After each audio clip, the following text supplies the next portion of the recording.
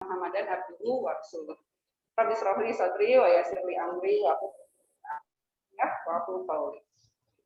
Bapak, Ibu, orang tua, wali, peserta didik SDIT Ahsanul Fikri yang saya hormati, rekan-rekan guru yang saat ini berada di sekolah maupun yang ada di rumah, yang saya banggakan juga kepada narasumber kita yang akan hadir pada hari ini, Ibu Dr. Muti Adilah, yang saya banggakan. Assalamualaikum warahmatullahi wabarakatuh. Alhamdulillah, Bapak, Ibu sekalian, di awal tahun pembelajaran 2021-2022 ini, kita bisa mengawali dengan melakukan acara MPLS. Apa itu MPLS? Seperti yang kemarin sudah disampaikan oleh para guru kelas, MPLS adalah masa pengenalan lingkungan sekolah. Ini adalah hari kedua dari rangkaian acara MPLS ini. Sengaja kami melakukan webinar. Mengapa? Karena memang kondisi saat ini memaksa kita untuk melakukan lagi pembelajaran daring. PPKM maksud saya diperpanjang sampai tanggal 26 Juli. Itu membuat kita tidak bisa berbuat apa-apa. Nah, mudah-mudahan kita semua berdoa bersama ya, Bapak, Ibu, anak-anak. Sesudah tanggal 26 ada perubahan yang mungkin bisa kita lakukan agar bisa melakukan tatap muka meskipun dalam keadaan terbatas. Bapak, Ibu sekalian, kita semua merasakan bersama kondisi pembelajaran saat ini dengan kondisi pandemi yang sudah berjalan selama lebih dari 1 tahun, bahkan lebih 1 tahun ya, 1 tahun setengah ya, 1 tahun setengah. Dan itu lumayan membuat kita semua harus menyesuaikan dengan kondisi yang ada. Tidak hanya anak-anak, tidak hanya orang tua, guru pun sama seperti itu. Semua sistem yang ada di lingkungan kita juga mengalami seperti itu. Akibatnya apa? Kita semua harus berusaha menjaga, orang-orang bilang, menjaga kewarasan kita semua ya, Bapak Ibu ya, terasa sekali bagaimana, saya merasakan sekali bagaimana Bapak dan Ibu di rumah berusaha menjaga agar sistem pembelajaran di rumah pun berjalan dengan kondusif. Kami di sekolah pun sama, bagaimana caranya agar target-target pembelajaran juga bisa berjalan dengan, bisa tercapai dengan baik. Nah, itu tentu saja harus disertai dengan kondisi kesehatan yang prima juga. Di satu sisi kita mencoba untuk mencapai target yang ada. Di sisi lain keluarga berusaha untuk melindungi diri dari serangan-serangan virus yang saat ini begitu merajalela. Ya, nah bagaimana caranya semua ini bisa tercapai? Kita akan mendengarkan bersama bagaimana Ibu Dr. Muti Adilah nanti kita berbagi ilmu dengan kita untuk tetap menjaga kondisi kesehatan kita selama pandemi ini. Ya, itu saja yang saya sampaikan. Selamat mendapatkan ilmu yang berguna, informasi-informasi yang berguna. Kepada Ibu Dr. Muti Adilah, saya ucapkan terima kasih telah bersedia bergabung di sini, berbagi ilmu. Semoga ilmu-ilmu yang disampaikan membawa manfaat untuk kita semua. Assalamualaikum warahmatullahi wabarakatuh. Waalaikumsalam warahmatullahi wabarakatuh. Waalaikumsalam warahmatullahi wabarakatuh. Terima kasih kepada Ibu Hani yang telah memberikan sambutannya. Mungkin kita akan langsung saja ke acara inti, yaitu pematerian mengenai kesehatan anak dalam belajar daring.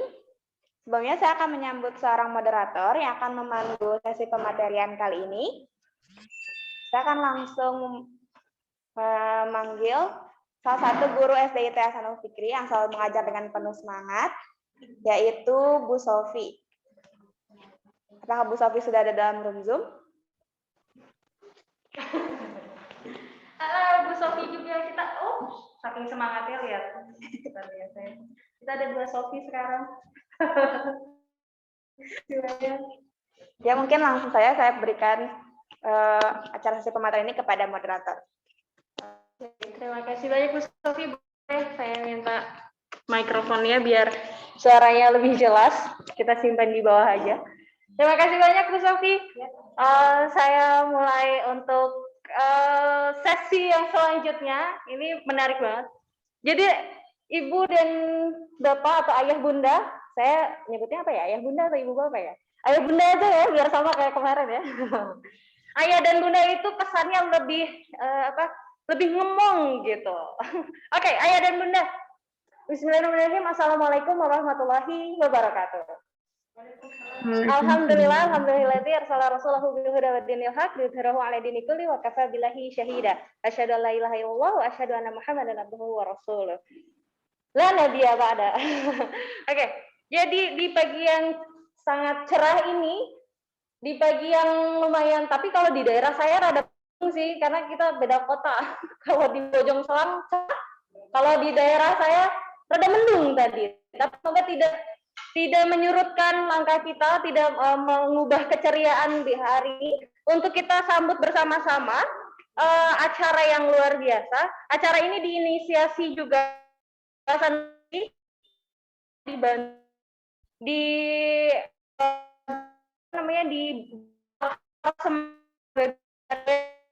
dari Ibu yang KKN sekarang di SD Hasanul Fikri. Oke, untuk kali ini ada webinar yang kali ini juga berkaitan juga dengan webinar yang kemarin. Karena kalau kemarin kita membahas juga tentang parenting dua dunia ya, tentang Maya, parenting sekarang itu katanya sudah jadi dua dunia tadi, ada Maya dan nyata, dan sekarang kemudian kita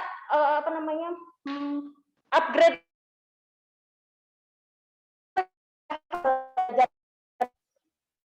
Nah, ternyata banyak ayah dan bunda yang laporan, Bu, anak saya kalau selama daring ini banyak makan, jadi ngantuk, jadi kalau belajar nggak semangat. Nah, apakah ada korelasinya antara kesehatan anak dan lain-lainnya? Nah, untuk kita tahu itu semua, baiknya kita langsung mendengarkan paparan materi dari siapa coba kita lihat dulu, kita bacakan dulu, izinkan saya membacakan dulu CV dari pemateri kita hari ini. Jadi beliau adalah seorang dokter bersertifikat, dia juga adalah anggota Ikatan Dokter Indonesia, Masya Allah, luar biasa, yang saat ini menyibukkan diri bersama kedua anak dan suaminya di rumah sambil menekuni kesehatan dan parenting. Perfect banget nggak? Oke. Ini tumbuh anak. Untuk yang mau bertanya tentang tumbuh kembang anak. Kemudian laktasi, parenting, tahsin dan tahfiz. Home workout. Kemudian ada juga workshop dan pelatihan yang pernah dilaksanakan, yaitu ibu profesional. Seperti apa? Boleh nanti mungkin agak disentil-sentil. Oke. Resusitasi neonatus, workshop. Kemudian pelatihan laktasi dan menggendong online, ayah bunda. Ada pelatihan menggendong online, luar biasa. Emang semuanya harus, ilmunya tuh harus pas ya. Dan kemudian ada tahsin metode Syafi'i, buku kuning dan hitam. Workshop Enlightening Parenting 2021. Kemudian pendidikan dan karir SD Islam Zakaria, SMP Terpadu Baitur Rahman, SMA Negeri 3 Bandung, Fakultas Kedokteran Universitas Pajajaran 2007, intern RSUD Jakarta, Dokter Perinatologi RSUD Sumedang 2015, Divisi Tahsin Tahfiz Al-Quran Rumba Cimahi, IP 2020 sampai sekarang, dan Direktur Hanaya Mam Erispa Sumedang 2020 sampai sekarang. Luar biasa, Masya Allah. Boleh kasih tepuk tangan dulu untuk pemateri kita. Luar biasa, terima kasih. Dan beliau namanya adalah Dr. Muti Adila, MD. MD ini medical doctor ya. Nanti boleh Dr. Muti coba koreksi kalau tadi ada salah penyebutan nama dan lain sebagainya. Kalau ada yang mau berkenalan lebih lanjut ada di media sosialnya Instagram @muthiad dan emailnya drmutia25@gmail.com. Seperti itu. Oke, apakah Dr. Muti sudah bergabung sama kita di hari ini?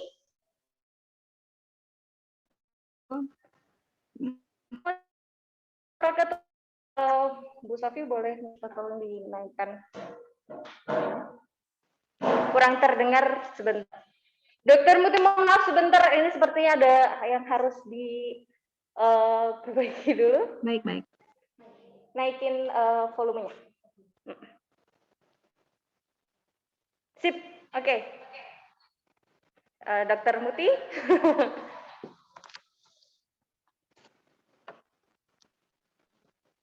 Oke, kita saya sekarang sudah bisa mendengarkan suara dari luar. Saya sapa lagi. Assalamualaikum warahmatullahi wabarakatuh, Dokter Muti.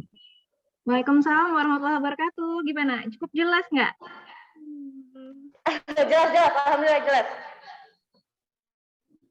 Dokter Muti, apa kabar pagi ini, dokter? Alhamdulillah, luar biasa, Allah Akbar. It's such an honor buat kami, dokter, untuk SDIT Hasanul Fikri bisa kedatangan dokter sebagai pemateri ini pada pagi hari ini. Terima kasih banyak, jazakillah khair katsir. Dan sebelumnya kami mohon maaf juga karena kami harus menggunakan masker ada di satu ruangan dan lebih dari 3 orang, jadi kami tetap harus menggunakan. Ekspresi saya tidak terlalu kelihatan, dokter, tapi semoga tidak mengurangi kedekatan kita dan konsentrasi kita untuk mendengarkan pemaparan dari dokter. Oke, baiklah, dokter.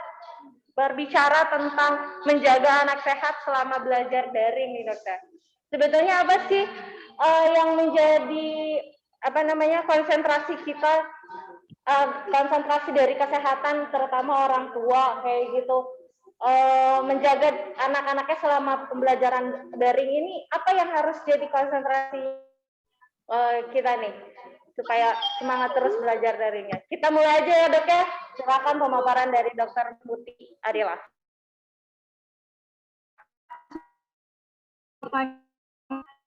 Boleh, dokter mau jawab pertanyaan saya atau mau memaparkan dulu nih? Kira-kira nyambung nggak nih pertanyaan?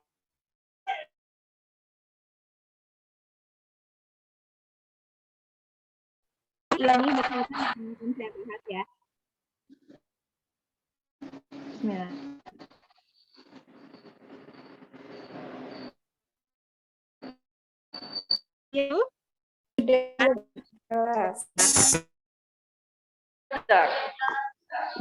Baik, terima kasih.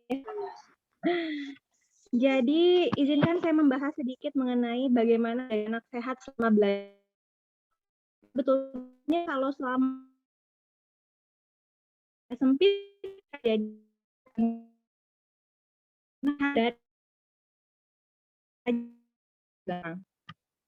baik. Betulnya kita belajar bagaimana menjaga anak sehat selama belajar daring itu terbagi 2. Ada sehat jasmani, juga sehat rohani. Sehat jasmani sebenarnya lebih berkaitan dengan saya dokter. Karena yang dibahas masalah medis. Bu, mengetik pemanasan dulu dengan kasus, bersedia nggak?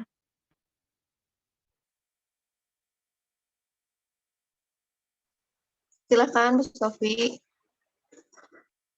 Ya. Ini saya akan hadirkan kasus pertama yang sudah dialami oleh banyak anak pula selama belajar daring.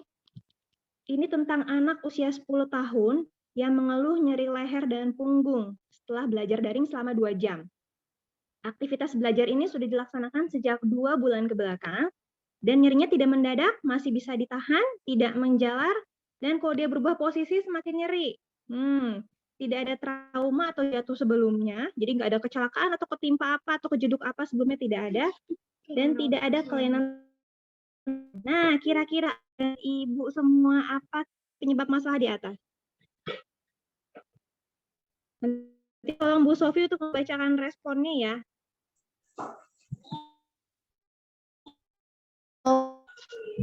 Waalaikumsalam warahmatullahi wabarakatuh. Boleh ditulis di kolom chat jawabannya atau ada yang mau langsung raise hand pun nggak apa-apa. Iya. Boleh jawab sedikit, dokter? Silakan. Mungkin ini kali ya, posisi saat mereka belajar itu kan kadang-kadang anak-anak ada yang selonjoran, ada yang tengkurap gitu. Jadi beda halnya kayak mereka belajar di kelas gitu ya. Kalau belajar di kelas kan pakai bangku duduk gitu. Cuman kalau di rumah kan ada berbagai macam gaya gitu, Dok. Mungkin itu kali yang bikin keluhan tersebut. Baik. Terima kasih jawabannya, Bu. Bagus sekali. Siap. Baik, karena jawaban pertanyaan pertama sudah cukup terjawab, kita kasus kedua ya. Nanti akan dibahas lagi di terakhir. Sebetulnya posisinya seperti apa seharusnya. Nah, dan kita lihat posisi ergonomis yang baik seperti apa ya. Baik, terima kasih banyak ya Ibu jawabannya. Kasus kedua, sekarang usia 6 tahun, terlihat tidak betah berlama-lama di depan kelas daringnya. Tidak mengikuti instruksi yang diberikan via daring, nampak kesal dan tidak nyaman. Walaupun setelah dikonfirmasi oleh orang tua, anak memahami instruksi tersebut. Jadi bukannya karena tidak mengerti. Ia lebih senang berjalan di sekitar rumahnya dan mengambil mainan di dekatnya. Kondisi fisik sehat, tidak ada kelainan bawaan, dan mengapa hal ini terjadi? Silakan.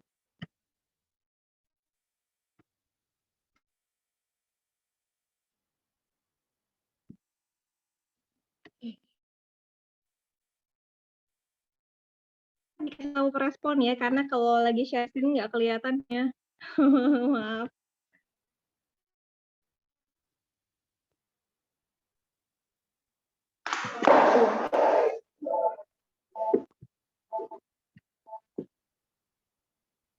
Beda cara menangkap materi oleh anak katanya. Oh, bosan mungkin. Bosan tuh katanya. Bosan, baik. Iya, kesulitan konsentrasi ya dia juga. Betul, oke. Baik, terima kasih tanggapannya. Kasus ketiga ini kasus terakhir ya. Nanti kita akan bahas presentasi kali ini berkenaan dengan ketiga kasus ini. Oke, ini karena ini banyak sekali terjadi. Jadi kita harus bahas satu-satu ya. Kasus ketiga, anak usia 7 tahun sering mengernyitkan dahi, jadi kerung gitu ya, dan mencondongkan wajah mendekati layar selama kelas daring berlangsung. Orang tua anak sudah mengingatkan, "Dek, mundur yuk, terlalu dekat." Tapi hal tersebut selalu terulang lagi. Kira-kira penyebabnya apa? Silakan. Wah, belum ada nih. Bentar.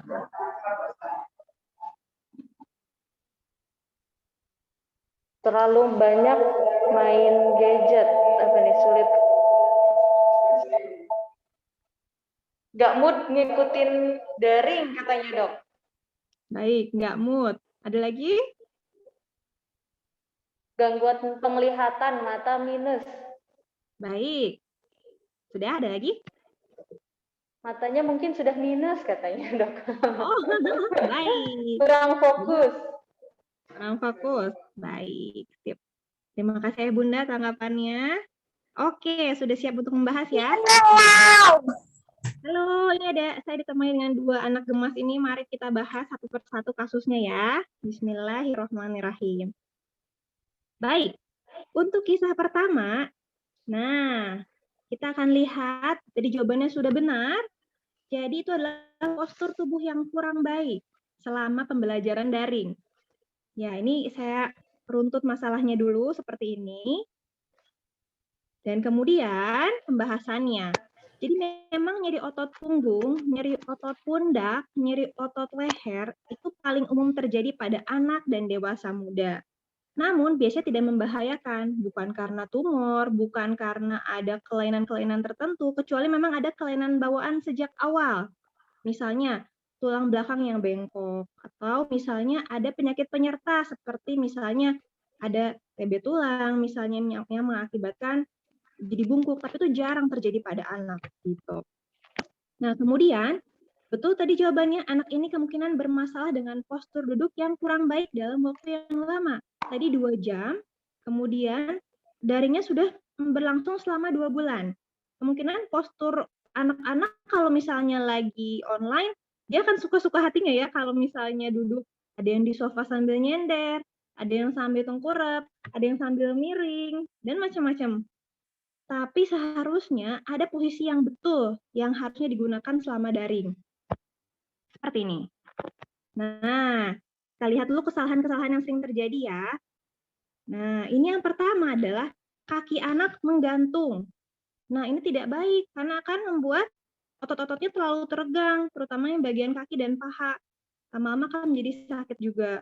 Kemudian, jika jangkauan anak terlalu jauh dari komputer atau HP yang digunakan untuk belajar, itu juga sama. Dalam waktu yang lama akan mengakibatkan teregangnya otot sehingga nyeri. Yang kedua, dilihat ini posisi duduknya tidak tegak. Jadi dia menyender. Nah, itu pun kalau dalam waktu lama, itu akan mengakibatkan ototnya terlalu teregang. Nah, seperti itu. Ini contoh yang mungkin kursinya terlalu pendek, dan dia menyender ke belakang. Dan yang ketiga ini yang sering sekali terjadi, sebetulnya kalau lagi online, kita boleh gini nih. Nah, jadi condong ke depan. Itu pun tidak baik, apalagi sampai 2 jam. Itu akan mengakibatkan teregangnya otot leher dan pundak, juga sampai ke punggung. Nah, itu sangat berbahaya untuk efektivitas belajar anak selama daring, karena akan mengakibatkan nyeri. Nah, sebenarnya harusnya seperti apa duduknya? Nah, ini dia. Ini yang ideal. Ini ceritanya diwakili oleh kakak yang ini, yang laki-laki. Jadi yang pertama, posisi tubuhnya tegak. Nah, kemudian kaki tidak menjuntai atau kaki dia bisa menjejak ke tanah dan sudutnya sekitar 90 derajat, 90 sampai 110 derajat. Begitu pula sama dengan dari lutut, bokong, dan punggung, itu juga sekitar 90 derajat atau sampai 110 derajat. Jadi tidak condong dan tidak menyender. Nah, seperti ini. Begitu. Ya. Jadi disesuaikan bila nanti anak akan melakukan online atau melakukan online learning, nanti upayakan duduknya seergonomis mungkin agar kita menghilangkan faktor fisik yang ini agar tidak nyeri. Jadi ini biar anaknya nyaman selama belajar daring ya. Oke, kalau misalnya saya terlalu cepat, boleh raise hand atau boleh di chat ya. Nanti kasih Ibu Sofi biar kasih tahu saya untuk lebih lambat. Sampai sini untuk kasus pertama, terlalu cepat atau sudah cukup jelas? Oke, dokter, ini kalau di chat ada yang bertanya, apakah mau langsung dijawab atau selesaikan dulu pemaparannya, dok? Oh baik, kalau misalnya tentang yang posisi duduk boleh dijawab sekarang, tapi kalau misalnya tentang yang lain nanti kita pending ke belakang, bagaimana? Oke. Katanya di sini juga di chat katanya sudah cukup jelas, dok. Baik. Ya. Kita lanjutkan ya. Kisah kedua. Nah, ada 3 anak yang sedang membangun mood yang baik. Nah, jadi ada 3 hal yang berkaitan biar anak moodnya tidak buruk selama online learning. Karena tentunya kesel-kesel, kemudian stres, kemudian marah-marah, itu tentunya akan membuat belajar menjadi tidak efektif. Nah, ada 3 hal yang saling berkaitan yang akan menghasilkan kesehatan mental yang baik. Yang pertama yang seringkali kita lupakan adalah memenuhi hak tidur anak yang cukup. Kadang-kadang karena anak kita terlampau aktif, jadinya main, sepeda keluar kemana, kita tidak memperhatikan seharusnya berapa lama anak tidur dalam 1 hari. Nah, nanti kita akan lihat. Kemudian yang kedua adalah mematuhi batas screen time anak. Anak memiliki batas screen time atau melihat gadget yang diizinkan sesuai dengan usia. Nanti kita lihat maksimal berapa lama. Bahkan dikatakan dalam dengan Academic of Pediatrics, itu dikatakan bahwa anak sampai usia 2 tahun tidak boleh sama sekali melihat gadget. Kecuali video call sesekali. Nanti kita lihat kalau untuk anak sekolah seperti SDIT Ahsanul Fikri kelas 1 sampai kelas 6, idealnya sebenarnya berapa lama screen time-nya. Dan kemudian yang ketiga adalah memenuhi hak anak untuk beraktivitas fisik yang cukup. Nah, tidak hanya tidur yang cukup, namun beraktivitas fisik, lari, olahraga, beres-beres, nyapu, mungkin ngepel, beres-beres bukunya, atau bermain bersama teman-teman di luar. Mereka punya hak dan ada jamnya. Jadi berapa lama yang harus dipenuhi oleh kita sebagai orang tua bisa beraktivitas berat. Jadi beraktivitas mewarnai, menggambar, menulis, bukan, tapi ini beraktivitas berat dalam kata berkeringat. Nah, seperti itu. Tuh ada satu. Jadi ada olahraganya ya, Dok ya? Gimana? Ada olahraganya. Betul, betul. Dan itu ternyata kalau sudah dipenuhi itu mempengaruhi mood anak. Jadi kita lihat ya. Baik. Yang pertama adalah rata-rata rentang perhatian anak atau konsentrasi anak. Ini saya besarkan sedikit ya. Ini. Jadi ternyata setiap anak sesuai usianya itu punya waktu konsentrasi yang berbeda-beda. Ada 2-5 menit dikali usianya, namun rata-rata 2-3 menit dikali dengan usianya. Jadi taruhlah kalau misalnya anak-anak SD itu Ahsanul Fikri mulai dari usia 1 SD misalnya. Nah, kita kalikan. Berarti 6 dikali 12 menit sampai 6 kali 5, 30 menit. Jadi 12 sampai 30 menit itu maksimal dia bisa berkonsentrasi. Jadi kalau misalnya di sekolah daring yang memberikan waktu sekitar 2 jam, maka upayakan nanti setelah setengah jam, setelah 30 menit maksimal, atau bahkan lebih baik kalau misalnya per 20 menit, itu di stop dulu, biarkan dia beristirahat dulu, melakukan apa yang dia sukai dulu, baru dilanjutkan lagi. Atau nanti ada tips dari dokter mata, nanti akan saya bahas di belakang tentang rule 20-20-20. Itu juga gunanya apa? Untuk mencegah mata minus, juga untuk mencegah kejenuhan pada anak. Karena rentang konsentrasi itu sangat terbatas sebetulnya. Jadi jangan sampai kita, misalnya kita punya anak usia 3 tahun. Maaf ya, sebentar. Misalnya kita punya anak usia 3 tahun, kemudian dia ikutan online kelas misalnya atau kelas bermain online, akhirnya anaknya baru 10 menit misalnya, udah kabur, itu jangan dimarahi, bukan memang rentang usianya cuma 6 menit, rentang konsentrasinya cuma 6 menit. Jadi kalau misalnya dia sudah 10 menit itu sudah bagus. Jadi jangan, jam mau kemana, sini, ini masih lihat ini, gitu misalnya. Tidak, karena tentang konsentrasinya terbatas, apalagi berdasarkan usia. Semakin muda, semakin rendah tentang panjangnya konsentrasi anak. Jadi kalau dilihat, kalau misalnya ternyata sudah belajar daring, ternyata sudah 1 jam, kemudian jenuh, tidak betah berlama-lama, itu wajar. Kita sebagai orang tua sebaiknya memfasilitasinya. Kalau sudah 1 jam misalnya, atau misalnya kalau dia tadi baru 6 tahun, sudah setengah jam, ya sudah, tidak apa-apa, yuk mau nulis apa dulu, atau misalnya apa, atau izin ke toilet dulu, atau apa dulu, pokoknya izinkan dia untuk mengistirahatkan dulu otaknya, karena memang sudah cukup jenuh kalau misalnya sesuai dengan tentang perhatiannya. Baik, kemudian lihat dari waktu tidur. Nah, ini penting. Ini juga dibahas oleh American Academy of Pediatrics dari AAP. Jadi, ternyata untuk waktu tidur anak itu harus kita penuhi. Kalau tidak, tentunya akan jenuh dan akan mengakibatkan anaknya menjadi cranky, cepat kesel, stres kadang-kadang. Karena dia merasa emang waktu istirahatnya ada yang kurang nih. Yang harus kita penuhi segini. Kalau dilihat usia untuk grade schoolers, untuk yang usia di SD itu Ahsanul Fikri itu 6-12 tahun, itu 9-12 jam. Dok, anak saya udah jarang tidur siang. Nggak masalah, tapi yang penting totalnya 9-12 jam. Karena memang usia-usia anak SD begini sepertinya sudah agak jarang melakukan tidur siang ya. Jadinya nggak apa-apa, asalkan totalnya 9-12. Jadi kalau misalnya dia tidur mulai dari jam, kalau misalnya dia mengejar harus bangun subuh ya kan, harus bangun subuh jam 5. Nah sebenarnya kita harus kejar 9 jam itu, berarti dari mulai jam berapa dia harus tidur? Kalau dia harus bangun jam 5 pagi.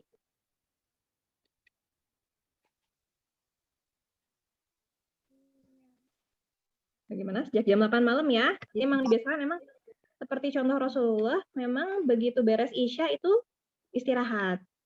Sebaiknya seperti itu, 9-12 jam. Nah, kalaupun kira-kira, aduh dok, nggak mungkin jam 8 udah tidur mah, biasanya jam 9. Ya udah, atau jam 10 misalnya tidurnya. Kalau begitu harus dikonversi ke tidur siang. Dipenuhi sisa 2 jam lagi ke tidur siangnya. Nah, seperti itu. Jadi lingkarin ya. Yang 6-12 tahun itu sekitar 9-12 jam.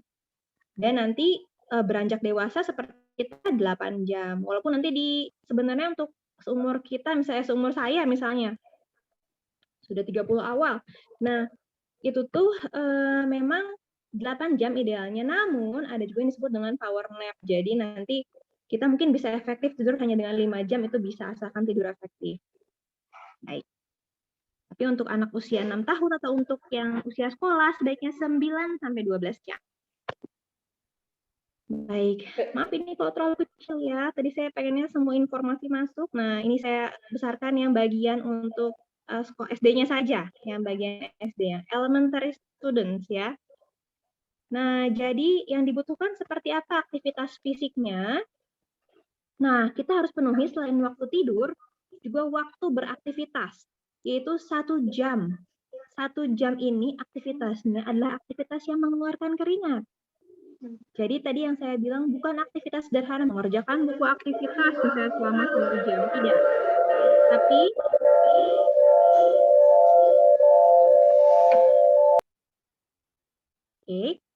jadi 1 jam ini adalah waktu dia bersepeda, waktu dia jalan-jalan keliling sekitar rumah misalnya, dengan prokes ya kalau sekarang ya, dengan prokes. Saya juga seringkali mengingatkan pada anak-anak saya kalau memang pengen main keluar boleh banget dengan prokes yang ketat. Misalnya setelah di luar menggunakan masker, kemudian begitu masuk langsung cuci tangan, nah seperti itu. Nah, kita harus beradaptasi dengan pandemi yang belum tentu selesainya ini ya. Nah, kemudian disebutkan juga ada aktivitas yang menguatkan tulang dan otot. Seperti apa? Berenang misalnya. Atau kalau misalnya ada tempat bermain yang ada iron bar, yang ada buat manjat-manjat pakai besi, nah itu juga sama, menguatkan otot dan tulang. Nah, itu sekitar 3 kali dalam sepekan. Ya, anak-anak kita butuh. Mungkin memang, aduh dok, malas keluar ya orang pandemi, misal corona, mungkin kita bisa akali dengan misalnya kita memasang buat panjat tebing di dinding rumah. Nah, atau misalnya kita mencari tempat yang kosong atau misalnya mencari waktu yang kosong untuk anak kita bisa menyalurkan aktivitasnya karena ini diperlukan. Jadi 1 jam sekali dalam 1 jam sekali dalam 1 hari dan 3 kali sepekan untuk olahraga-olahraga yang menguatkan otot dan tulang. Baik. Nah, kedua saya terlalu cepat nggak Bu Sofi?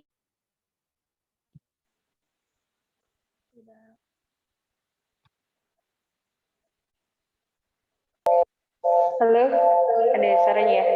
Tidak, Bu. Cukup jelas. Baik. Baik, terima kasih.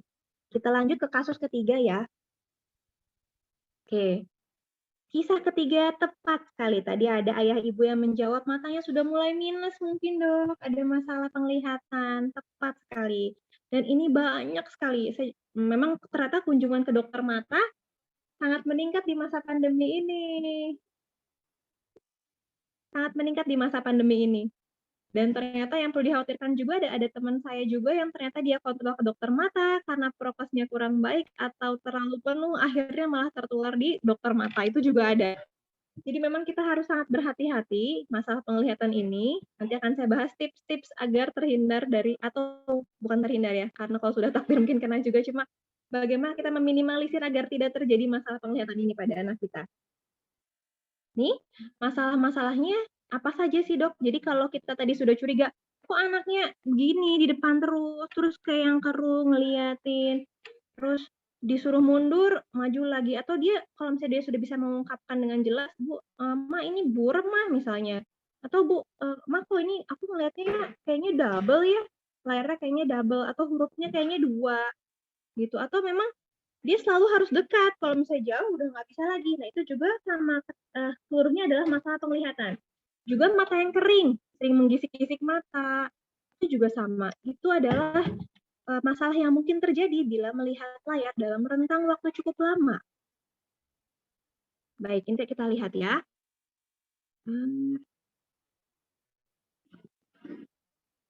Nah, ini adalah tips-tips yang sudah saya rangkumkan untuk mata sehat selama pandemi. Ini di luar suplemen-suplemen mata ya. Ini adalah yang bisa kita ikhtiarkan sendiri sebagai orang tua pada anak kita. Nah, untuk mata sehat, yang pertama ada waktunya screening ke dokter mata.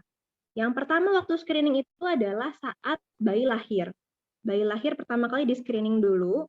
Kemudian yang kedua, saat anak usia 6 sampai 12 bulan. Yang kedua itu. Yang ketiga adalah usia preschool, 3 sampai 5 tahun atau mungkin sebelum masuk SD. Dia harus dicek dulu bagaimana kondisi matanya, terutama masalah visus. Jadi yang dilihat dari jarak 6 meter atau 20 kaki, kemudian dia suruh baca Snellen chart atau huruf-huruf dari besar ke kecil itu, sebaiknya dicek sebelum masuk SD. Nah, kemudian selanjutnya nanti kalau udah dewasa, idealnya kalau misalnya sudah masuk masa remaja, idealnya 2 tahun sekali. Nah, kemudian nanti semakin lama, kalau sudah seumur 20 atau 30, mungkin bisa 5 sampai 10 tahun sekali. Tapi nanti begitu mulai lansia atau sudah mulai menua, nanti dia akan harus lebih awal lagi, karena takutnya sudah mulai muncul presbiop atau nanti ada mata tua atau yang jadi ada 2 jenis misalnya, minus dan plusnya. Nah, yang pertama harus screening ke dokter mata. Jadi bagi ayah ibu yang merasa anaknya terakhir kali periksa mata itu saat bayi, maka boleh diperiksakan.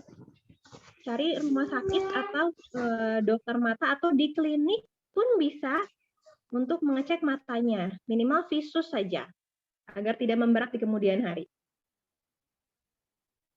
Nah, kemudian ada rule 20-20-20. Nah, ini juga yang sudah saya usulkan ke sekolah, ke beberapa sekolah, sudah saya usulkan dan memang alhamdulillah sudah ada yang langsung merespon. Jadi untuk yang 20-20-20 ini adalah, jadi setiap 20 menit, maka kita harus melihat ke arah yang jauh sejauh 6 meter atau 20 kaki. Jadi setelah 20 menit, kita melihat ke jarak 20 kaki selama minimal 20 detik. Bisa diingat ya Bu Ibu ya, ayah dan bunda semua, 20-20-20, jadi setiap 20 menit, kita lihat ke jarak yang jauh sejauh 20 kaki selama minimal 20 detik. Gunanya apa dok? Untuk merelaksasikan mata. Diharapkan dengan jarak 6 meter, itu mata otot-ototnya sudah berelaksasi. Jadi tidak lelah. Nah itu setiap 20 menit. Kemarin sempat saya perhatikan ada yang sudah merealisasikan ini, jadi kelasnya membuat alarm setelah 20 menit, berbunyi, anak-anaknya disuruh mengerjakan yang lain. Misalnya, ayo ambil minumnya dulu, ayo lihat keluar dulu. Ya, kemudian dihitung bersama-sama selama 20 detik. Walaupun nggak saklek, sedikit mungkin 1 menit atau misalnya ini minimal 20 detik. Karena kalau misalnya kita tidak memungkinkan untuk meninggalkan pelajaran misalnya untuk SD atau misalnya ada sekolah-sekolah yang belum bisa menerapkan ini, akhirnya yang penting 20 detik dia harus lihat ke yang jauh sejauh 6 meter atau 20 kaki. Begitu. Kemudian yang ketiga adalah mengurangi cahaya silau. Silakan sesuaikan lampu kamar atau sinar dari gadgetnya agar tidak terlalu silau karena akan sangat memberatkan mata. Kemudian ini pun sama, jadi kalau misalnya yang terlihat kecil silahkan diperbesar, karena semakin kecil maka mata kita akan semakin berusaha untuk melihat dan otot-otot mata akan semakin teregang juga untuk melihat. Jadi silahkan perbesar kalau misalnya kurang besar. Dan untuk jarak mengusahakan komputer 2 kaki dari mata. Komputer atau gadgetnya 2 kaki dari mata. Nah, kemudian dan lokasi layarnya atau pas tempat layar itu sekitar 4-8 inci atau 10-20 cm di bawah mata kita.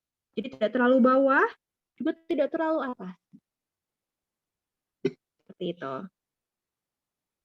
Nah, kasus ketiga saya cukupkan demikian. Nah, ini selanjutnya adalah ada hal-hal lain yang menunjang untuk kesehatan anak selama daring. Tadi saya sebutkan yang 3 kasus tadi adalah berkaitan dengan medis ya, berkaitan dengan profesi dokter. Namun selanjutnya adalah ini nutrisi masih sesuai dengan medis, namun setelahnya adalah sebagai orang tua, fitrah kita sebagai ibu atau sebagai ayah untuk memenuhi kebutuhan anak selama daring. Ini yang penting tadi, bagaimana tadi ada pertanyaan dari Bu Sofi tadi ya. Jadi kalau misalnya anak dikasih makan yang berat, jadi ngantuk, jadi nggak semangat, itu ngaruh Bu Sofi, betul. Jadi yang karbo-karbo itu ngaruh banget untuk ngantuk atau enggaknya ya dok ya, konsentrasinya ya. Betul sekali. Betul sekali. Jadi yang harus kita siapkan apa? Memang sebaiknya sebelum belajar daring, memang anak sudah sarapan terlebih dahulu. Sarapannya apa? Bukan yang terlalu berat, bukan nasi goreng, bisa nasi goreng dengan telur, udah cukup. Kita kembali ke pedoman isi piringku. Isi piringku ini kan pedoman nasional. Jadi kalau kita lihat, nah ini saya besarkan sedikit lagi. Nah, isi piringku ini isinya sebetulnya nasi gorengnya itu hanya boleh sekitar 1/3 piring saja. Jadi kalau anak punya piring, cuma boleh 1/3-nya saja. Makanan pokok pun tidak harus nasi. Bisa roti, bisa kentang, bisa pasta, dan berbagai macam lagi sumber karbohidrat lain sebagai makanan pokok. Nah, itu hanya 1/3-nya saja. Ini tujuannya agar tidak memberatkan anak juga dan memang yang sehat seperti ini. Kemudian lauk pauknya, daging atau misalnya tahu, tempenya, itu makan porsi hanya sekitar 1/6 saja. Nah, yang setengahnya lagi diisi oleh buah dan sayur. Nah, ini adalah panduan isi piringku. Jadi yang seharusnya dipenuhi, aduh dok, anak saya mah atuh masa dikasih yang kayak gitu, misalnya nggak mau, misalnya anaknya pengennya makan nasi gorengnya aja atau sama nasi goreng telur aja. Nah, sebetulnya memang anak-anak akan belajar dan melihat apa yang orang tuanya makan juga. Memang harus dibiasakan. Tidak mudah, tapi bisa dibiasakan. Hanya kita sebagai orang tua tahu yang benarnya seperti apa.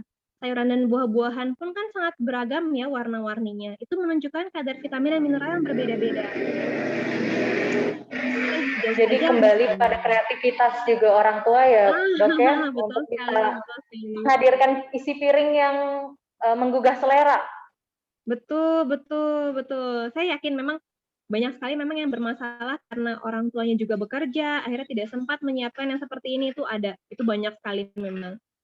Ya, kalaupun tidak bisa begitu, maka tidak perlu di satu waktu. Misalnya, nggak apa-apa deh pagi nasi goreng telur, tapi nanti disiapkan camilannya selama dia daring misalnya. Camilannya misalnya ada pisang kukus, atau misalnya ada sayuran rebus, atau buah-buahan potong. Kan anak-anak rata-rata suka ya buah potong ya. Itu kita siapkan. Tujuannya apa? Untuk memenuhi apa yang tidak bisa kita penuhi di satu piring yang pertama itu. Nggak masalah. Anak mau makan terpisah-pisah pun tidak masalah. Jadi nggak perlu digabung. Misalnya tadi kadang-kadang saya juga mengakali kan anak-anak juga sempat ya ada periode bosennya ya makan ini nggak mau, makan ini nggak mau. Ya udah nggak masalah. Kadang-kadang saya misalnya, Bu aku mau nasinya aja, nggak masalah. Nanti kita penuhi, berarti hari ini baru nasi, misalnya tadi pagi baru nasinya aja. Nanti siang kita penuhi, misalnya kita siapkan ayamnya atau tahu tempenya terpisah, nggak masalah. Yang penting tujuannya dalam satu hari itu terpenuhi semua gitu ya. Betul. Kalau dia harus makan 3 kali makan berat, maka kita harus menyiapkan juga porsinya, porsi 3 kali makan berat. Sebetulnya seperti itu. Namun, sekali lagi balik, anak-anak sebenarnya bukan orang dewasa yang dikecil. Mereka juga pasti punya saat-saat pengen makan ini, saat-saat pengen makan itu. Nah, tugas kita adalah bagaimana agar mereka saat pengen ini, saat pengen itu, kita tetap bisa memenuhi kebutuhan nutrisinya. Dan itu jadi emang harus betul-betul pintar-pintarnya orang tua. Bahkan sampai sekarang kan ada yang membuat es krim dari buah, ya kan? Atau misalnya membuat puding yang ternyata di dalamnya ternyata udah ada jus buah naganya atau apa. Jadi gimana pintar-pintarnya kita memasukkan yang belum kita masukkan di pagi hari atau di siang hari atau di malam harinya. Tuh.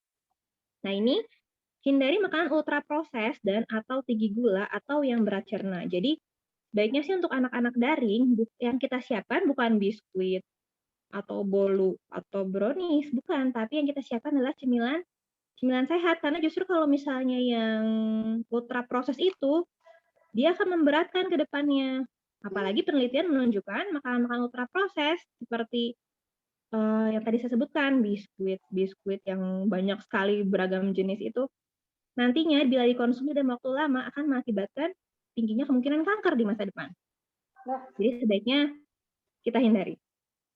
Luar biasa ya, efeknya jangka panjangnya ngeri juga ya dok ya? Betul, dan ini sudah banyak penelitiannya. Jadi sebaiknya makanan ultra proses kita hindari sih untuk cemilan-cemilan yang ultra proses. Kalau sekarang tuh dok ada hits banget katanya diet real food. Iya, Katanya. betul. Jadi yang apa namanya olahan-olahan kayak gitu disampingkan dan diganti menjadi real food kayak gitu. Itu juga berarti apa namanya baik ya untuk anak-anak, apalagi di masa pandemi juga sekarang yang harus meningkatkan imun dan lain sebagainya. Itu gimana, Dok? Betul. Semakin sedikit makanan diproses, maka akan semakin terjaga kandungannya. Jadi kalau di beberapa referensi memang disebutkan seperti mengukus dan merebus itu akan lebih baik dibandingkan dengan menggoreng. Itu kenapa?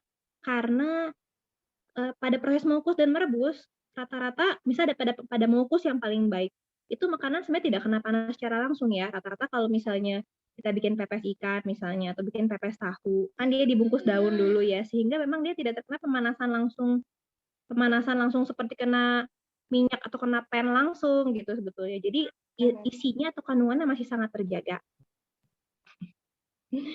Betul, memang ini ada tagline sebaiknya ibu kembali ke dapur katanya.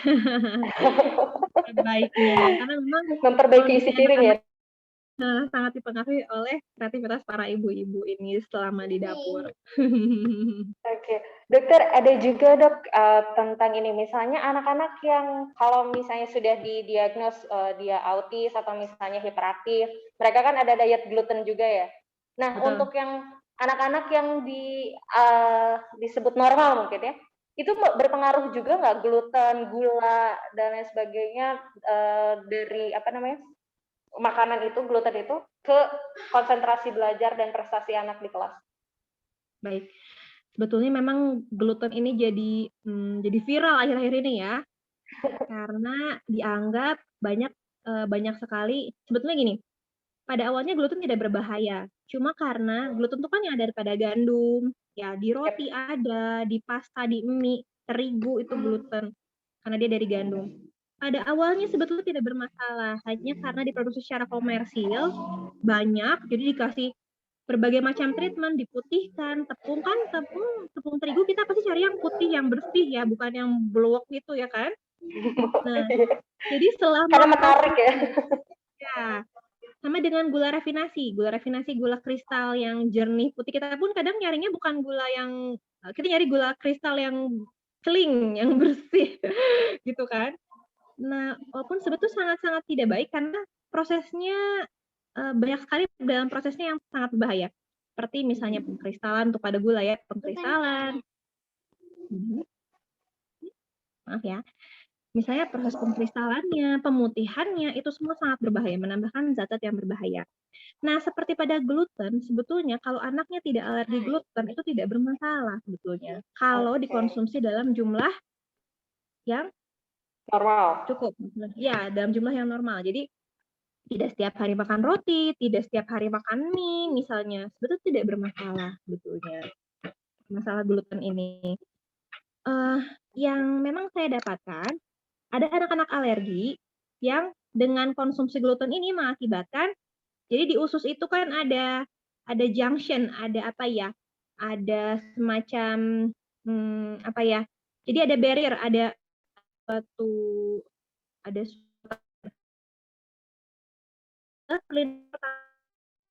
saat mencerna makanan ya. Jadi dia akan memilih kan mana makanan yang baik diserap gitu kan, seperti itu. Nah, gluten ini akan mengakibatkan si barrier ini akan merenggang. Si pertanian akan merenggang, si zat yang halnya tidak masuk atau zat yang tidak baik menjadi banyak yang masuk. Nah, itu menjadi pintu gerbang pertama untuk penyakit usus itu. Itu kalau pada anak yang alergi gluten. Untuk yang tidak alergi sebetulnya saya belum cek lagi penelitiannya, hanya memang disarankan gluten tidak terlalu banyak. Tetap diperbolehkan dan tidak akan menimbulkan gejala. Seperti kalau ada yang alergi kan kalau misalnya makan gluten langsung bergejala ya. Ada yang misalnya ada yang jadi ada yang langsung bloated, mual, ada yang langsung berpengaruh, ada yang jadi diare, ada yang pegel-pegel, macam-macam sekali ininya. Pengaruh gluten ini untuk yang memang mengalami alergi. Tapi untuk yang tidak, sebetulnya selama dia tidak bukan dikonsumsi dalam jumlah yang mendominasi, sebetulnya sih tidak ada masalah gitu. Tapi ya memang kalau misalnya mie kan masuk ultra proses ya, mie itu mungkin sebaiknya kita konsumsi mungkin sebulan sekali atau bahkan ada yang ekstrim setiap hari ulang tahunnya. Itu lebih baik seperti itu. Luar biasa nih, menahan diri untuk tidak makan mie. Kadang menjadi tantangan besar juga bagi orang dewasa. Karena jadi Betul. jalan singkat nih, nggak ada makanan nih, malas masak ya kan. Jadi akhirnya mie instan aja deh gitu kan. Anak kosan apalagi ya. Kosan apa lagi? Betul. Ya Oh baiklah. ini ada satu lagi ya, Bu Sofi, satu lagi ya. Ada satu slide lagi Yap. kalau nggak salah, dua slide yang saya siapkan. Benar. Nah ini untuk yang masalah kebutuhan nutrisi. Nah kemudian ini tadi ada anak yang jenuh misalnya. Aduh, kayaknya nggak semangat nih online. Nah sebenarnya ada beberapa yang bisa kita upayakan untuk anak agar tidak bosan. Yang pertama, ayah dan bunda, bahwa emosi itu menular. Jadi kalau misalnya ayah ibunya juga jenuh, anaknya pun ikut jenuh. Kelihatan mukanya nanti. Kalau misalnya ibunya udah manyun duluan, udah nggak tahu harus ngapain, nanti anaknya akan ikut terpengaruh juga. Jadi emosi itu sangat menular. Jadi sebaiknya gimana biar anak nggak jenuh, memang idealnya adalah memvariasikan kegiatan selama seharian. Jadi kalau misalnya tadi sudah online selama 2 jam, baiknya memang setelah itu kita upayakan yang lain, yang masa sensori misalnya, mau membuat slime misalnya, atau kita mau bermain ke kebun atau berkebun misalnya, atau mau beres-beres sekedar. Kalau anaknya ada yang anaknya suka beberes, boleh sambil decluttering lemarinya dan merencanakan kegiatan. Benar ya.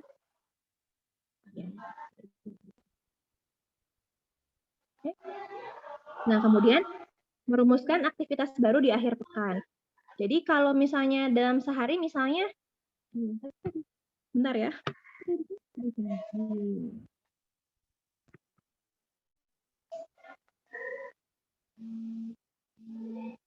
Oke ya. Nah, jadi biasanya kita rencanakan kegiatannya di akhir pekan. Jadi hari Sabtu atau hari Ahad kita rencanakan ayah dan ibunya Senin ngapain, Selasa ngapain, Rabu ngapain, tidak perlu aktivitas spesifik. Nah, kita buat aja hari-harinya. Misalnya Senin adalah hari anak bisa mengasah hobinya. Ada yang hobinya membuat video video pakai InShot misalnya di HP. Sebetulnya nggak ada masalah, asal perhatikan rentang konsentrasinya tadi.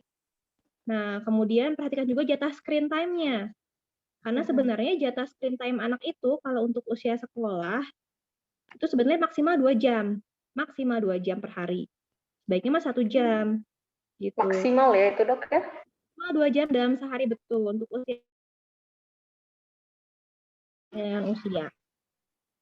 Nah, kemudian misalnya nih mengulik hobinya apapun, dia suka melukis, dia suka main puzzle, itu di hari Senin misalnya. Hari Selasa adalah hari memasak menu-menu baru. Jadi anak boleh memilih kok, anak yang bahkan laki-laki pun sekarang sudah harus belajar memasak karena itu merupakan suatu life skill ya. Jadi kemampuan dasar hidup, bukan cuma perempuan yang harus bisa memasak. Jadi memasak bukan gender ya Bun? Betul. Dok maksudnya. Rabu hari berkebun misalnya. Jadi dia akan keluar rumah pada hari Rabu, Kamis hari berkreasi dan menata rumah. Nah ini penting bagi anak perempuan juga karena minimal harus bisa beberes, membuat rumahnya tampak indah, bikin hiasan-hiasan dinding.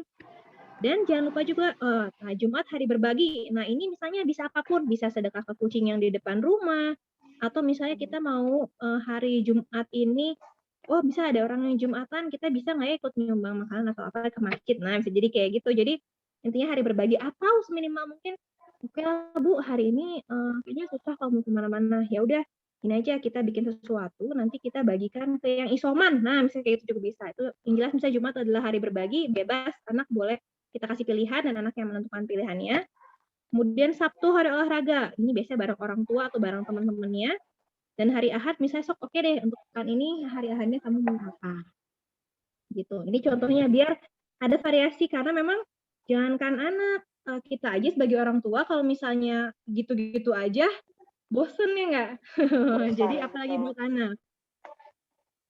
Oke, ini adalah satu slide sebelum terakhir.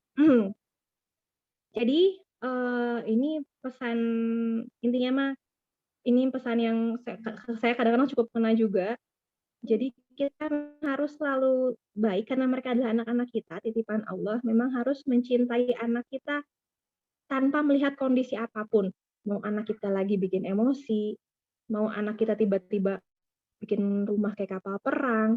Tapi yang perlu diingat adalah mereka semua amanah Allah. Jadi sebelum kita melakukan sesuatu yang penuh emosi, sebaiknya ditahan dulu, dijeda dulu. Karena semua ini membutuhkan adaptasi ya. Kita nggak tahu pandemi ini akan berlangsung sampai kapan, tapi yang jelas untuk orang tua berat, untuk anak pun sebenarnya sangat berat karena mereka biasa main di luar, misalnya. Jadi pasti berat. Yang bisa saya berikan tips-tips ini adalah tips selama saya mengikuti workshop Enlightening Parenting, bagaimana menjadi orang tua yang lebih baik untuk anak.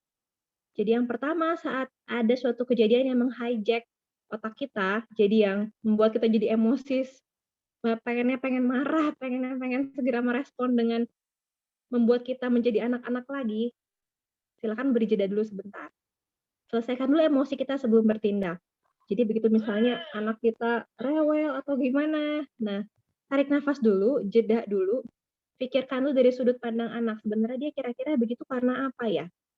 Nah misalnya apa karena jenuh? Apa karena misalnya tadi dia merasa tidak diperhatikan oleh orang tuanya, karena orang tuanya tadi ke adiknya terus misalnya. Kita lihat dulu sebentar, cukup jeda 5 menit. Berhenti aja, jangan sampai kita melayangkan, apalagi melayangkan misal pukulan atau cubitan atau apa, itu ditahan dulu selama 5 menit, kita pikirkan dulu, tarik nafas yang bisa menenangkan, misalnya istighfar dulu, setelah itu baru putuskan, kira-kira apa yang bisa kita lakukan yang lebih baik daripada saat kita sebelum memberi jeda, seperti itu. Selesaikan dulu emosinya.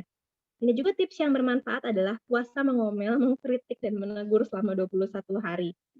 Jadi kalau misalnya ada kegiatan-kegiatan yang membuat kitanya marah, coba tahan untuk nggak ngomel, tahan untuk tidak mengkritik, dan tahan untuk tidak menegur selama 21 hari. Kok 21 hari? Karena ini diupayakan dengan minimal 21 hari bisa membangun kebiasaan kita. Dan tujuannya apa? Dengan kayak gini. Tujuannya kita bisa lebih banyak melihat kebaikan-kebaikan anak kita loh. Dengan cara kita nggak negur, oh iya ternyata lebih kelihatan loh nanti yang baiknya. Sebentar kalau ada yang mau nyoba boleh dibikin list 21 hari.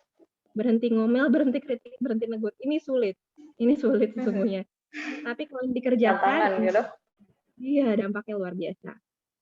Dan kemudian menjadi detektif kebaikan, yang kita lihat fokus pada kebaikan, bukan pada keburukan. Jangan sampai anak kita kakaknya sudah main, adiknya main selama 15 menit, ternyata di menit ke-16 anak adiknya nangis gara-gara kakaknya misalnya. Yang dilihat jangan 1 menit yang terakhir itu, tapi bagaimana 15 menit yang lalu dia sudah menjadi kakak yang sangat baik untuk adiknya. Nah, seperti itu. Jadi kita cek yang baik-baiknya. Misalnya, aduh anaknya kok nggak, ini makanannya dorong-dorong, nggak dimakan misalnya. Susah banget sih makannya. Kita lihat. Selain itu ada lagi yang lain. Misalnya tadi dia bantuin kita ambil jemuran loh.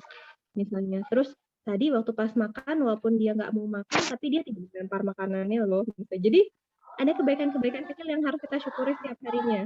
Itu untuk kesehatan mental kita juga yang mudah-mudahan akan menular pada anak kita.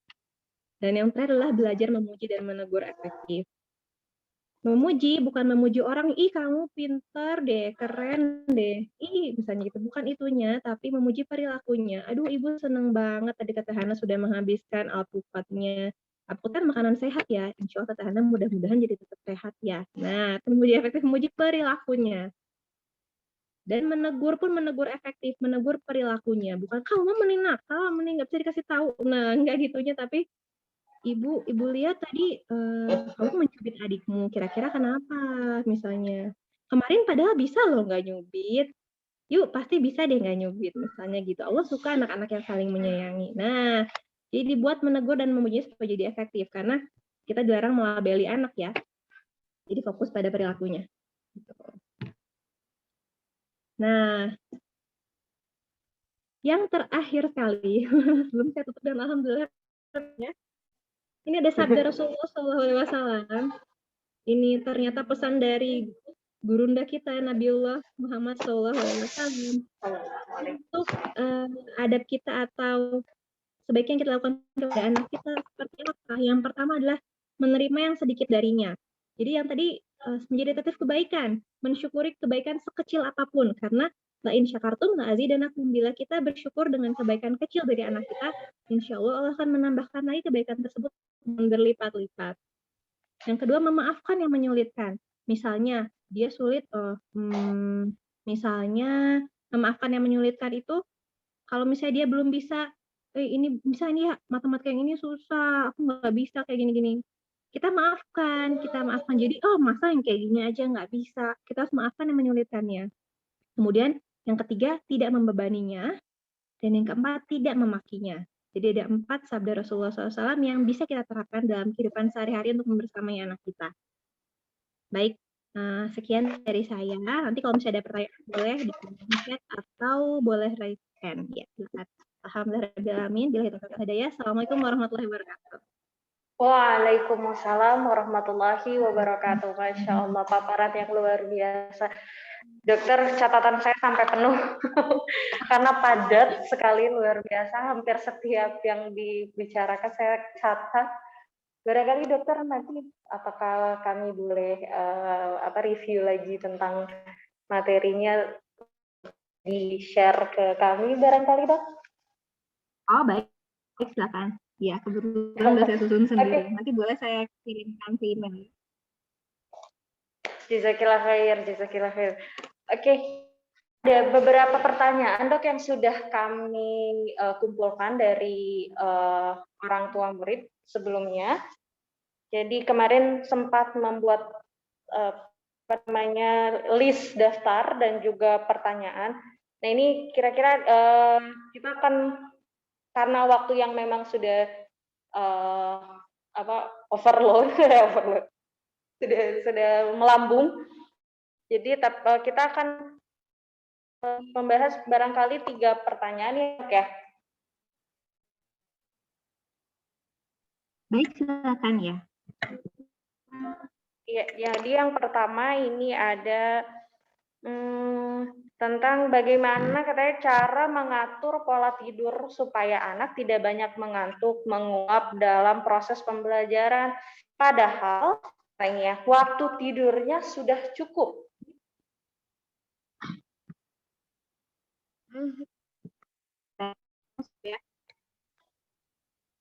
Langsung saja, Dok. Halo. Baik. Jadi ada beberapa cara, misalnya waktu tidurnya cukup, lagi apakah tidurnya efektif atau tidak.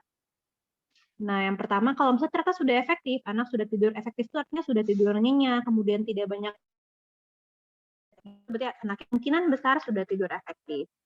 Bagaimana agar anak tidak mengantuk selama di kelas? Itu berbagai faktor. Bisa jadi mungkin bukan karena tidurnya kurang, tapi karena bosan dengan pemaparan itu. Jadi ada beberapa tips. Ini kalau untuk anaknya sendiri ya. Nanti kalau misalnya ternyata yang membuat dia menguap dan merasa jenuh adalah misalnya dari pihak sekolah, maka pihak sekolah bagaimana membuat kegiatan mengajar menjadi lebih kreatif misalnya. Ini kalau dari pihak anaknya, nah kalau dari pihak anaknya pertama, kalau bisa yang pertama dilihat makan awal sebelum daring, jangan berikan makanan yang berat cerna. Jadi upayakan yang ya potong dulu di pagi hari. Atau misalnya kalau dia misalnya suka sereal pun boleh.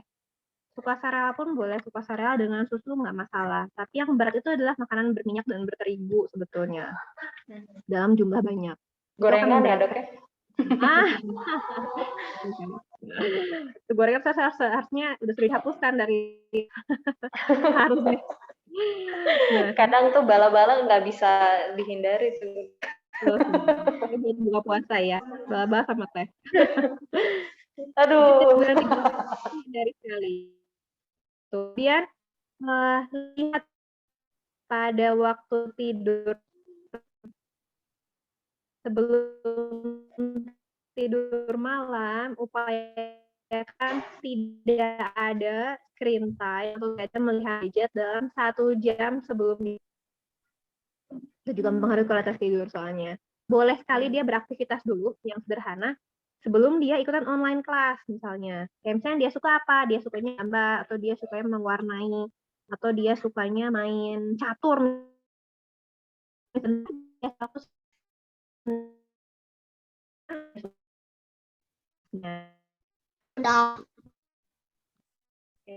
Seperti itu mungkin, Bu. Oke, Dok, ada lagi nih pertanyaannya.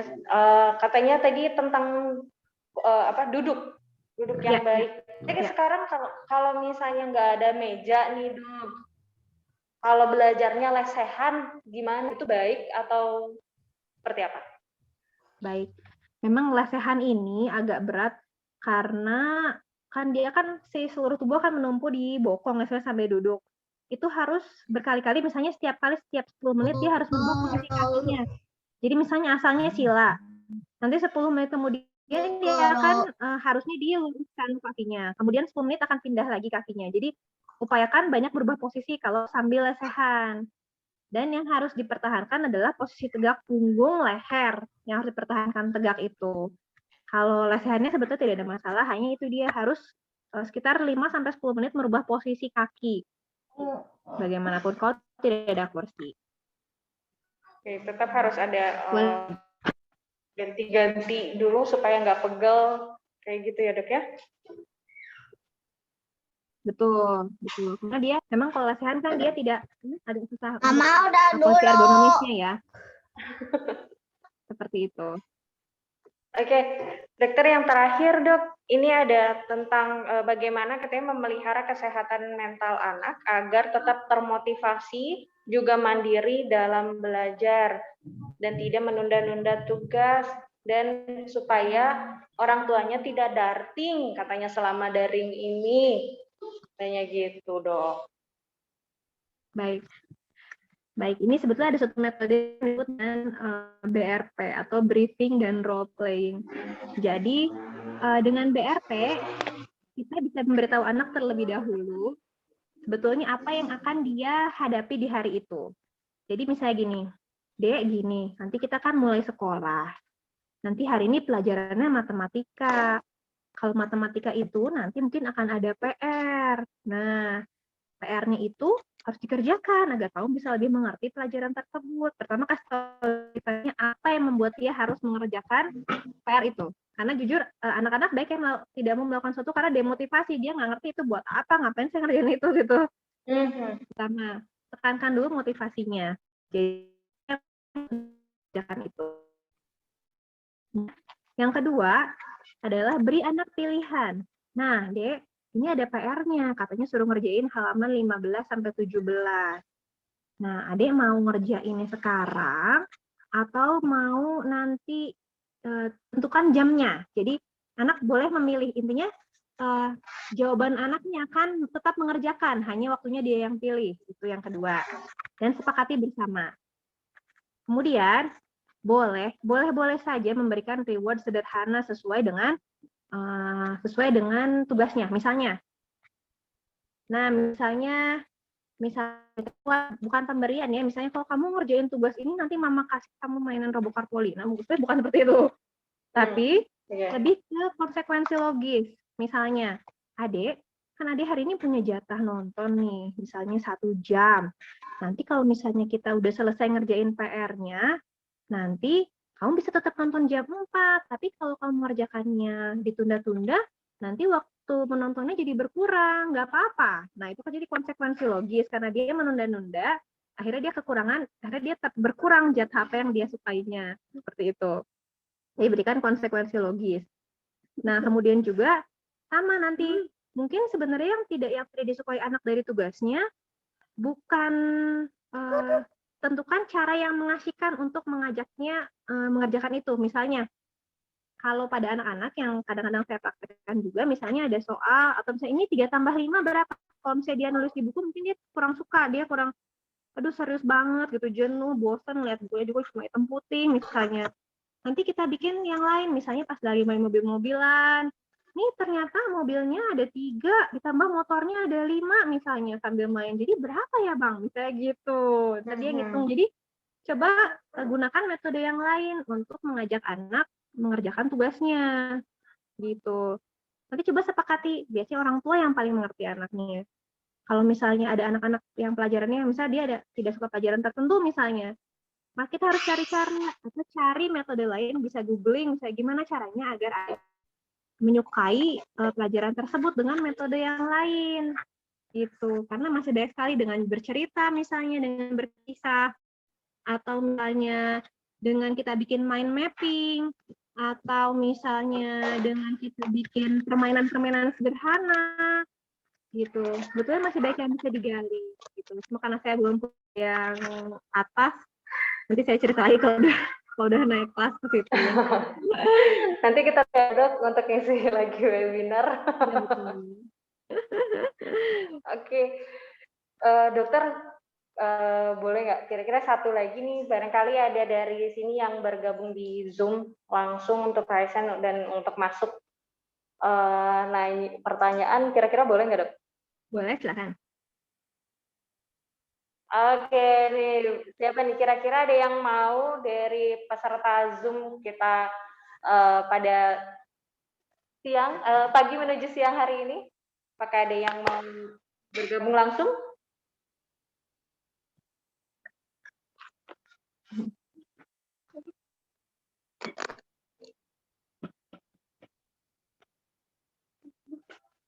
Belum ada ya, Bu Anit? Belum ada yang mau masuk ya? Oke deh. Kalau gitu, karena tidak ada yang mau bertanya lagi, karena ini juga sudah cukup tadi saya rangkum pertanyaannya, dan pertanyaan-pertanyaan lain sebenarnya sudah dijawab dari pemaparan dokter secara langsung. Dan barangkali Dok ada dari dokter? Baik, saya cukup tutup dengan bagaimanapun pandemi ini akan berlangsung sampai kapanpun, tetap sebagai orang tua, baik ayah maupun ibu, punya kewajiban untuk tetap membersamai anak sesuai fitrahnya dalam kondisi apapun. Jadi sebaiknya teruslah belajar menjadi orang tua yang baik, menjadi dokter terbaik untuk anak, yang mengetahui apa yang terbaik untuk anak-anak kita. Sudah cukup mungkin. Waalaikumsalam warahmatullahi wabarakatuh. Masya Allah, tabarakallah. Dokter Jazakillah khair katsir sudah bersamai kami selama kurang lebih 1 jam dengan segudang materi yang luar biasa, dengan ilmu yang cukup menampar sebetulnya bagi kita.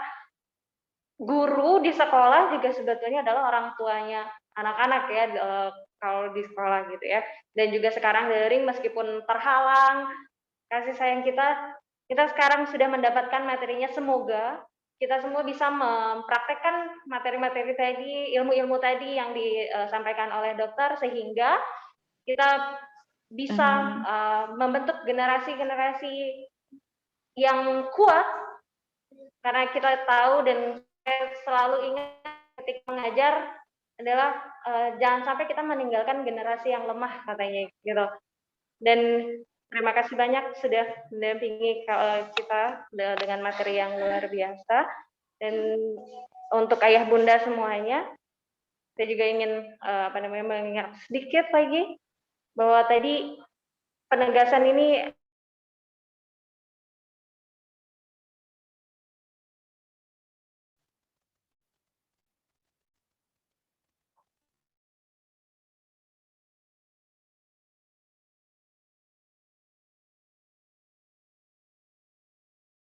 jadi love our children unconditionally katanya, tanpa syarat, tanpa batas waktu. Terima kasih banyak Dokter Mutia Vina. Dan selanjutnya dokter, ini ada sedikit kenang-kenangan cindera mata dari SD Hasanul Fikri yang akan disampaikan oleh Bu Hani, dan mungkin diserahkan secara simbolis ke MC aja kali ya.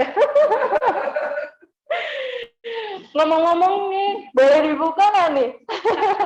Jadi MC kita ini adalah ayah bunda adik dari Dokter Muti ya. Jadi Bu Sofi ini adalah adik dari Dokter Muti. Oke, jadi biar kayak siblingnya gitu. Jadi perwakilannya aja ke Bu Sofi. Silakan. Nah, Bu Muti, Dokter Mutinya bisa kelihatan nggak ya? Assalamualaikum Bu Hani. Dokter Muti. Iya Bu Hani. Ya, alhamdulillah saya udah nggak usah bikin resume apa-apa lagi ya, sudah cukup mewakili apa yang tadi disampaikan oleh Dr. Muti, oleh Bu Sofi juga sudah disampaikan, sudah mantap sekali. Dan ini juga sebetulnya bukan cuma untuk orang tua, tapi guru juga. Kita juga sebenarnya sama merasa, kenapa ya anak kok seperti ini, anak seperti ini. Kita udah langsung capnya, wah ini nggak konsentrasi.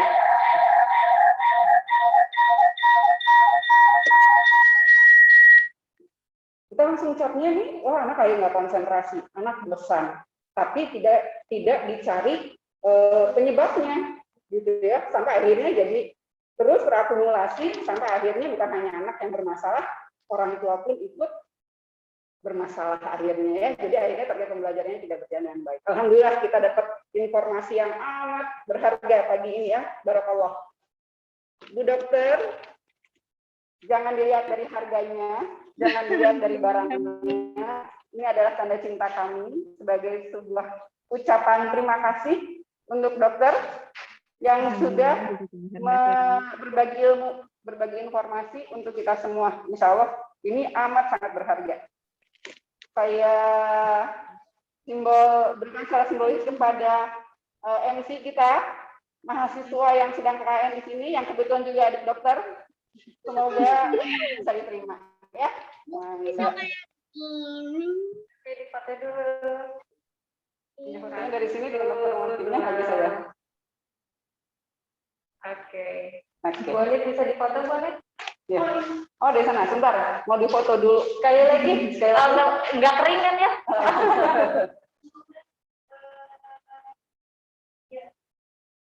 Nah, oke. Jazakallah khair. Assalamualaikum warahmatullahi wabarakatuh. Assalamualaikum. Amin, Bu. Ya. Baiklah, ini saya masuk lagi. Terima kasih banyak, dokter. Kalau gitu, dengan berakhirnya sesi foto tadi, penyerahan cendera mata dan lain sebagainya, tugas saya juga sebagai moderator sudah selesai, dan sekarang saya kembalikan ke Ibu Sofi untuk melanjutkan acara selanjutnya. Terima kasih banyak Ayah dan Bunda, semangat menjadi orang tua yang paripurna untuk generasi yang kuat untuk anak-anak kita. Terima kasih banyak. Assalamualaikum warahmatullahi wabarakatuh. Waalaikumsalam warahmatullahi wabarakatuh. Ya, terima kasih banyak kepada Bu Sofi yang sudah memandu acara pematerian tadi. Jadi materinya sangat keren ya, tanpa terasa bahkan kita sudah berada di penghujung acara. Terima kasih kepada Dr. Muti yang sudah menjadi pemateri dalam webinar ini. Juga terima kasih kepada guru-guru SDI Tia Hasanul Fikri yang sudah mendukung keberjalanan acara webinar ini, serta kepada seluruh orang tua siswa yang sudah berpartisipasi dalam acara webinar ini. Saya Sofia Aliatunisa. Memohon maaf bila ada salah-salah kata dari selama saya memandu acara hari ini. Semoga pandemi ini cepat selesai dan kita bisa bertemu di webinar-webinar selanjutnya. Wabillahi taufiq wal hidayah. Wassalamualaikum warahmatullahi wabarakatuh. Waalaikumsalam warahmatullahi wabarakatuh. Akhir ini mau ada sesi foto. Jadi untuk yang mau buka kameranya, boleh untuk dibuka dulu ya.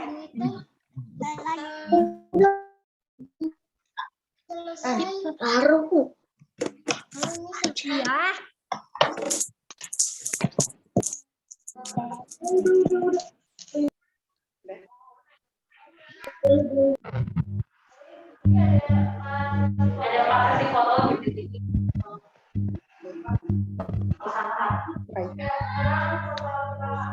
Kita yang pertama dulu ya. Baik, semuanya siap.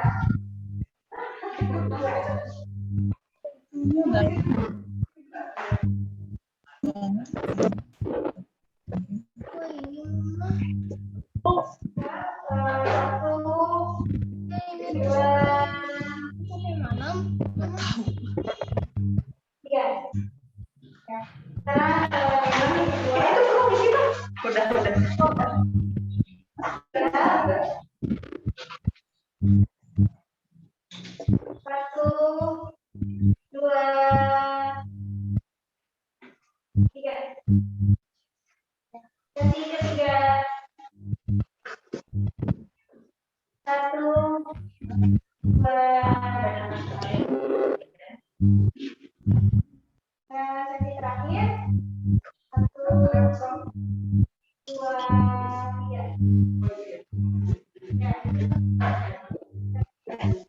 Ya, sudah berakhir sesi fotonya. Dengan berakhir sesi foto, webinar telah berakhir. Dipersilakan pada orang tua siswa, Bapak Ibu yang ingin meninggalkan Zoom, dipersilakan. Terima kasih, sampai jumpa di webinar selanjutnya. Sama-sama.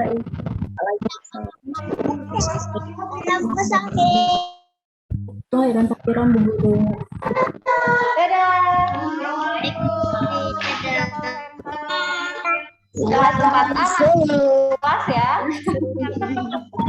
Dadah. Hai Alfa.